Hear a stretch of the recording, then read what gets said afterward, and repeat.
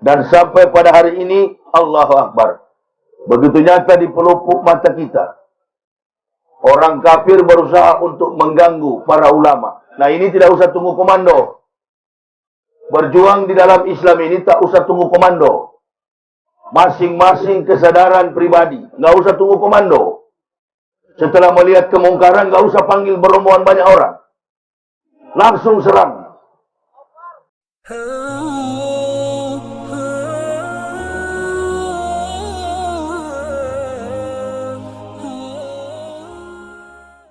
Hingga kita boleh meringankan langkah kaki kita untuk berjuang menegakkan agama Allah. Menegakkan agama Allah ini adalah satu-satunya syarat utama.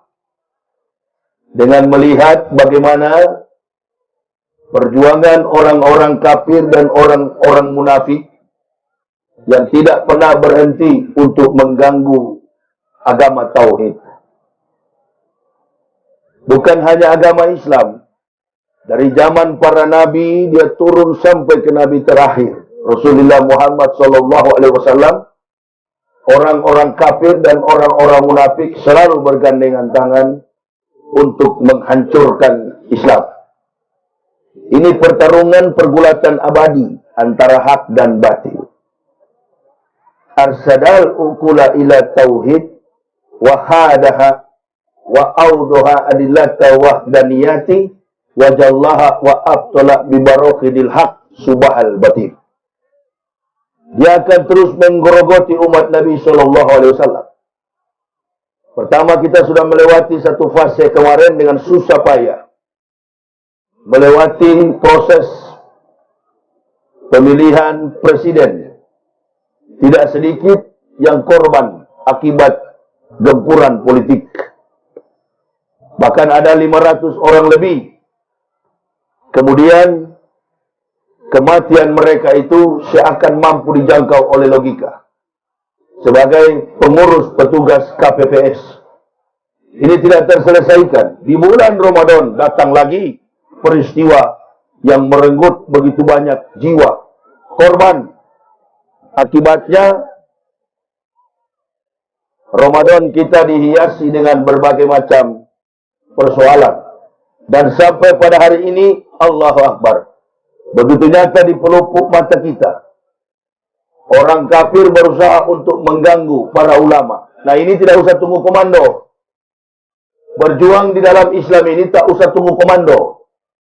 Masing-masing kesadaran pribadi, nggak usah tunggu komando. Setelah melihat kemungkaran, nggak usah panggil berombongan banyak orang. Langsung serang. Saya melihat berita sedikit-sedikit, Ustadz Somad, Ustadz Somad, Ustadz Somad.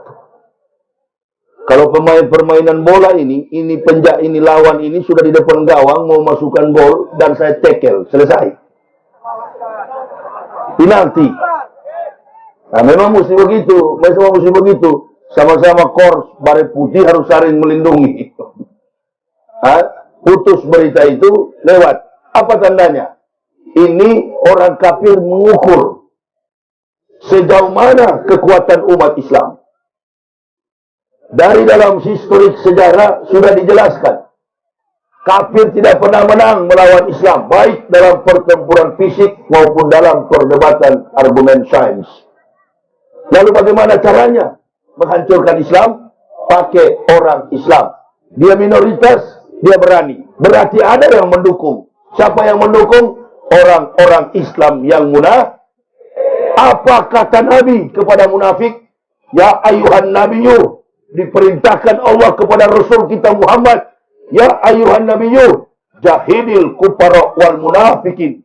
Waqlus alaihim. Wa ma wahum jahanamu. Wa bi'sal basir. Wahai Muhammad, wahai Rasul, wahai Nabi, perangilah orang-orang kufar, kafir, dan orang-orang munafik. Kufar ini adalah kafir, munafik ini adalah orang-orang yang mengaku ini yang membuat benteng kafir jadi kuat. Disuruh oleh Allah diperangi, waqlus alaihim, bersikap keras dengan mereka. Jangan ente bersikap keras dengan orang pejuang, itu kurang ajar itu. Kurang ajar itu. Ada kan yang pura-pura sok pejuang, keras dengan pejuang. Jangan. Kau munafik itu namanya. Kalau mau berjuang, jangan tunggu kelompok, maju, berjuang.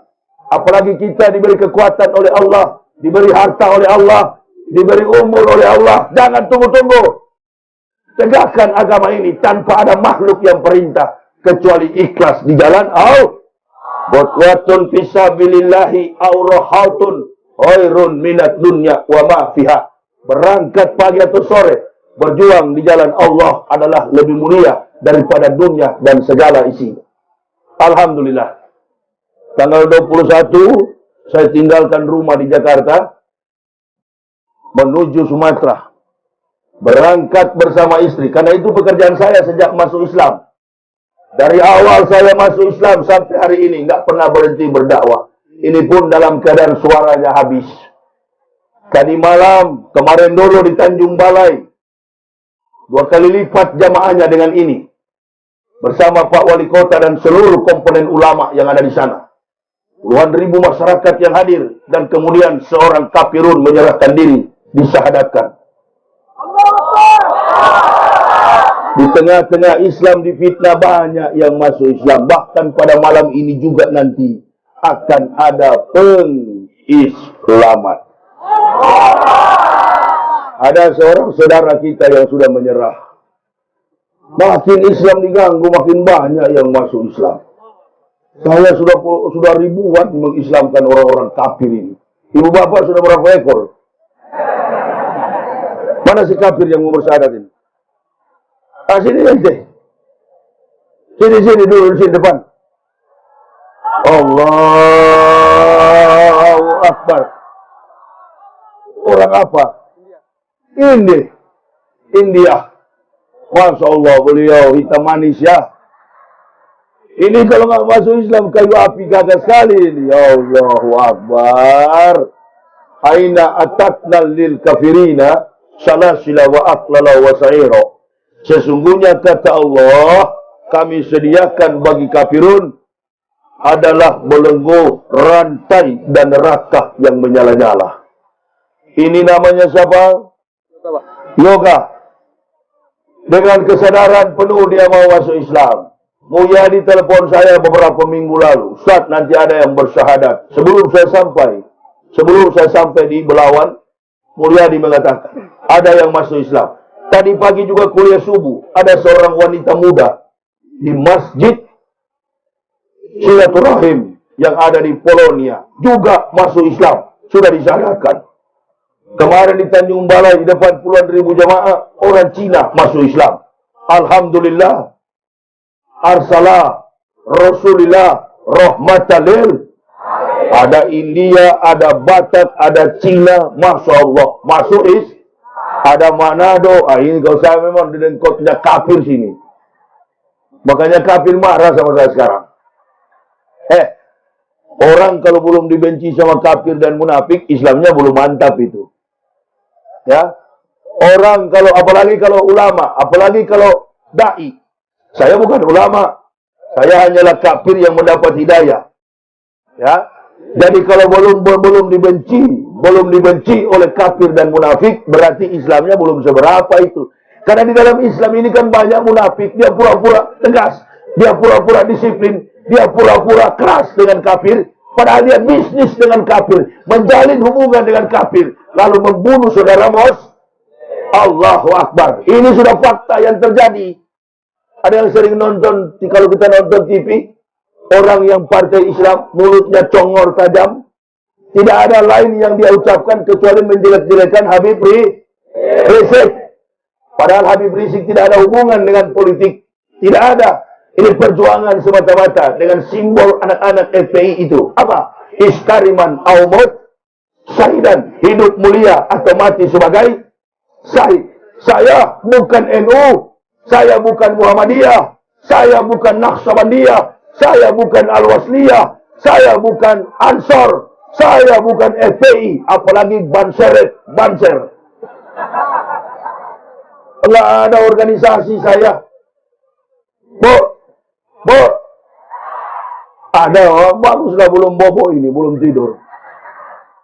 Ente mau dakwah yang keras atau yang pelan-pelan? Panjang atau pendek? Ditanya panjang keras, itulah Islam. Mengerti maksud saya? Orang Islam itu keras. Keras ketika menghadapi perlawanan. Saya kan ngomong kemarin, you ganggu Ustaz Somad, sama saja bangunkan harimau yang sedang. Baru kau dapat itu. Ya, kita libas. Tidak boleh dibiarkan. Orang yang mengajarkan kebaikan kepada umat Islam hanya menyebut salib itu setan. Balik lagi bertanya, kalian ngomong apa kepada orang Islam? Bagaimana kalian omongi orang Islam di gereja? Sama. Orang Islam itu domba sesat.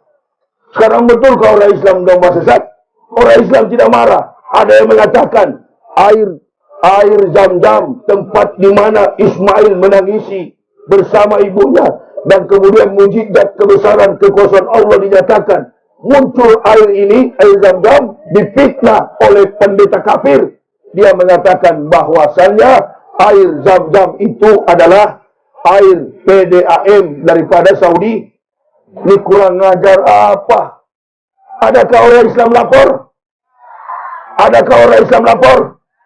Saya pertama-tama kali berdakwah di Manado, di Sulawesi, dianiaya, mobil saya dibakar, saya dianiaya, dikeroyok. Ada pernah saya lapor? Nggak pernah. Kenapa? Karena saya laki-laki, bukan perempuan. Bangsa pengecut, dikit-dikit bawa map, lari ke Barreskrim, lapor. Bu, Pak, saudaraku, negara ini bukan negara Kristen, negara ini bukan negara Islam, negara Indonesia adalah nation state, negara bangsa, bukan negara agama. Mereka melapor, dikit-dikit lapor, kriminalisasi. Siapa dia tokohnya yang suka melapor? Namanya Darius Saheran. Itu yang suka melapor. Dia lapor di mana-mana. Ikut-ikutan. Kemarin waktu Pilpres, mereka sering melapor ulama. Bahkan saya dilapor di Barreskrim. Sekarang pun saya lagi dilapor. Ustadz dilapor. Siapa yang bilang? Kami sudah lihat Ustadz dilapor. Ya Allah ya Rabbi. Paling juga polisi panggil.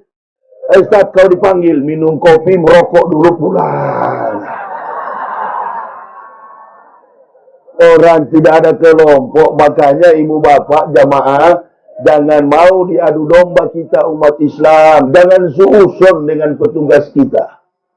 Ada polisi yang jaga kita, lalu berpikir, oh polisi ini pendukung Jokowi. Enggak begitu. Enggak begitu. Polisi tentara itu siapapun presidennya, pasti dia mendukung. Apa yang diperintahkan dia lakukan. Ya, mau perintahkan yang lurus, yang bengkok, enggak apa-apa. Memang dia tunduk kepada presiden. Karena itu adalah panglima tertinggi. Jadi kita sebagai masyarakat, yang jadi pertanyaan, jangan mau diadu domba antara rakyat dengan petugas. Kita harus bersatu. Apalagi sekarang ini, Jokowi sudah tercapai keinginannya jadi presiden lagi. Ibu-ibu yang paling suka itu, sembako murah. Sudah, jangan pura-pura kalian. Sembako murah. Yang pengangguran juga mau digaji. Kita sesama Muslim ini aja bertemu, sudah nggak soal muka kayak muka setan. Iya, sesama Muslim. Ini yang paling mulia. Ibu bapak datang banyak begini, cuma satu, mulia mana tuh Yahya bekas kafir, betul? Saya ditaruh di sana suruh ceramah, nggak mau saya.